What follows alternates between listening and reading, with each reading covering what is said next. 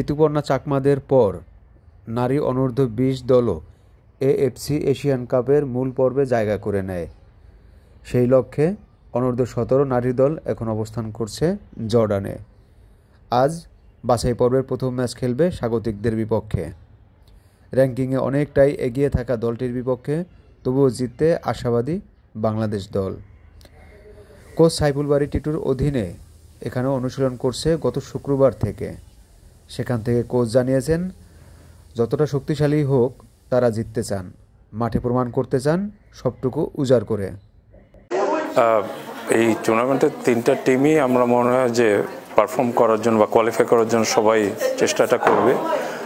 But আমাদের জন্য একটু কষ্টকর হবেই, কারণ দুইটা টিমই বেশ শক্তিশালী। বাট ফার্স্ট ম্যাচ এই জন্য এই গ্রুপের খুব ইম্পর্টেন্ট। প্রথম ম্যাচটা কি করব আমরা, ওইটার উপর ডিপেন্ড করবে যে আমরা কোয়ালিফাই করব কি করব না। সো ওইটার দিকে আমাদের ফোকাসটা বেশি।